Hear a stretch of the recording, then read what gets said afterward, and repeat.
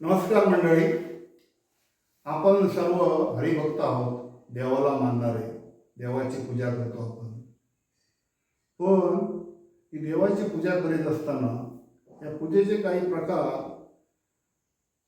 थोर ऋषीमुनींनी सांगितलेले आहेत. त्याच्यामध्ये मुख्यतः पूजेचे 3 प्रकार सांगितलेले आहेत.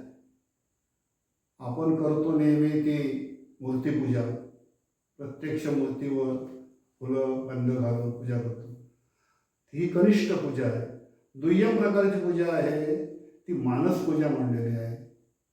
मनानेच सर्व काही निर्माण करायचं, देव फुलं फळं सगळं, आणि मनाने देवाची मूर्ती साकार करून तिची पूजा मनाने करायची, याला मानस पूजा म्हणतात. कठीण आहे, कारण मनाची एकाग्रता होणं ही साधी गोष्ट नाही आहे. आणि तिसरी पूजा आहे ती परापूजा. ही तर सामान्य माणूस करू शकतच नाही. योगामध्ये जाऊन देवाशी एकरूप होऊन देवाशी सलगी करून जी पूजा ते केली जाते त्याला परापूजा म्हणतात. आता मानस पूजा कशा प्रकारची असते हे सांगण्यासाठी संत श्रेष्ठ तुकाराम महाराजांनी एक अभंगाची रचना केलेली आहे. ती मी तुमच्यासमोर सादर करणार आहे. तर तत्पूर्वी थोडीशी त्या अभंगाची आउटलाईन. देवा देह पाट हृदय संपुष्ट आत कृष्ण मूर्त बैसविली. आपल्या देहाचा पाठ करायचा आहे, त्याच्यामध्ये हृदयाचं मकर आणि त्याच्यामध्ये कृष्ण मूर्त, मूर्ती म्हटलं नाही, मूर्त म्हणजे जे रूप देवाचं आपल्याला तिथे उभं करायचं आहे, प्रत्यक्ष मूर्ती नाही, म्हणून ते मूर्त स्वरूप आणायचं आणि त्याची पूजा करायची आहे. भावे केले गंध भक्तीच्या अक्षता लाविल्या अनंता निढळाशी. मन केले मोगरा चित्त केले शेवंती गळा हार प्रीती समर्पिले. जाळू क्रोध धूप उजळू ज्ञान दीप ओवाळू स्वरूप आम्ही त्याचे. तुका म्हणे पूजा केली भावे एका पंचप्राण सका ओवाळली. अशा प्रकारे त्यांनी पूजेचं ते विश्लेषण केलेलं आहे. समर्थाने म्हटलं आहे, कल्पनेच्या देवा कल्पनेची पूजा नाही देते तुझ्या आणि कोणी. तर ही दुय्यम प्रकारची श्रेष्ठ पूजा मानलेली आहे आणि ती मी आपल्यासमोर सादर करतो आहे.